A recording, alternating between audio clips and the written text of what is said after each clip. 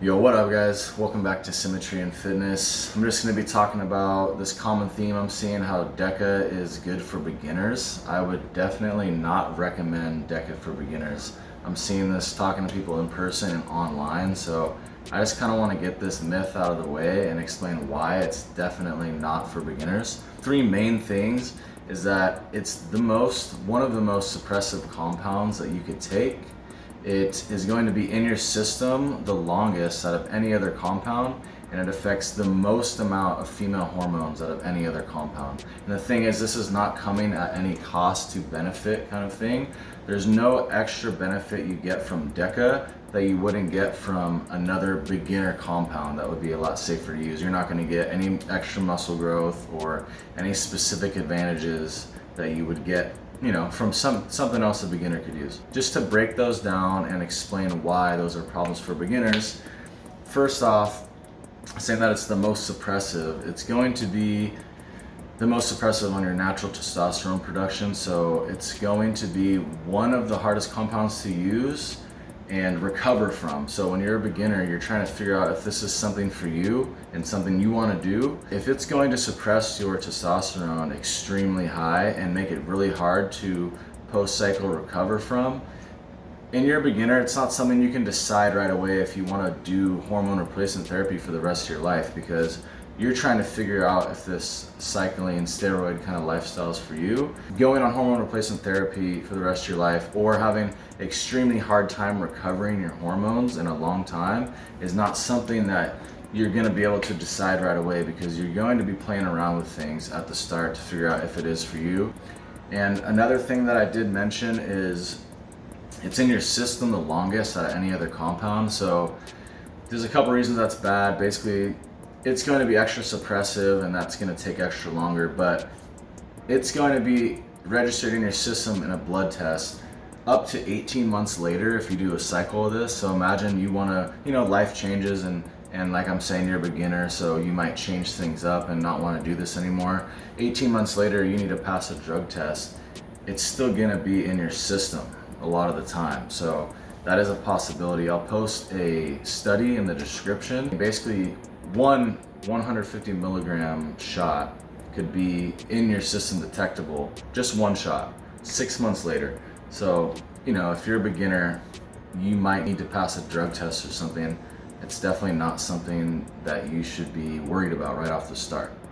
And the third thing, another extremely worrisome thing, is all the hormones that it affects. So it's going to affect your estrogen, it's going to affect your prolactin, and it's going to affect your progesterone. Other beginner compounds are not going to affect your prolactin or your progesterone. And the problem with this when you're a beginner is you're trying to figure out your body. So you're trying to dial in how estrogen affects your body independent, without all these other female hormones. So that's going to affect your ability to figure out what these things are doing to your body.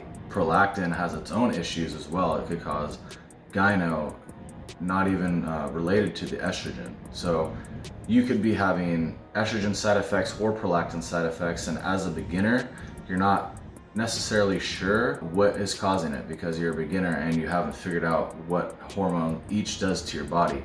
And then the progesterone that it spikes has its own secondary effects as well, but mainly it affects the estrogen that's already in your body. It's going to make it so the estrogen that's in your body is going to be more sensitive. So even if you know what level is good for your estrogen, when you have high progesterone, that level of estrogen could be way too high. So as a beginner, you don't want to be having to figure out 3 different things and how it's all affecting your body. All these extra female hormones have extra side effects you don't want to deal with as well. Like I said, the gyno is one of them. And then it has mental side effects when you have high prolactin and bad sexual side effects. So it can make your dick not work, and it's going to make you moody.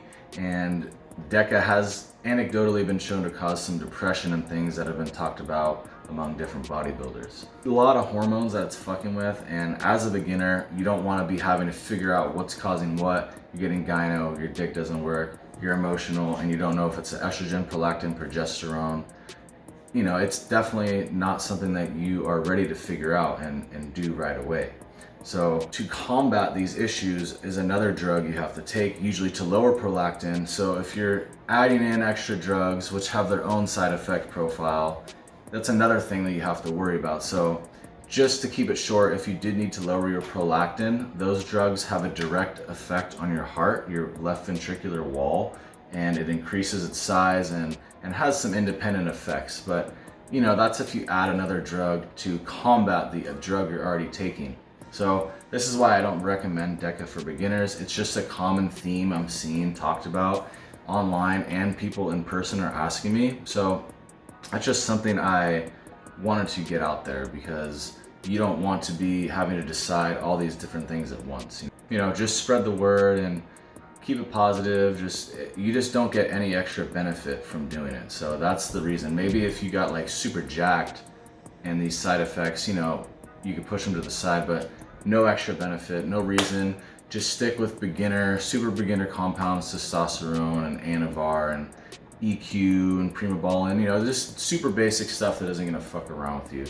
If you did make it this far, give me a like or a dislike or a comment, just some sort of interaction. Give me some feedback, you know, let me know if you liked it, whatnot. And I'm gonna be pumping out some bodybuilding type stuff, info, a lot of steroid drug talk on here. So if that does interest you, subscribe. It means a lot for a small YouTuber like me, so I would appreciate it a lot. Take care, guys.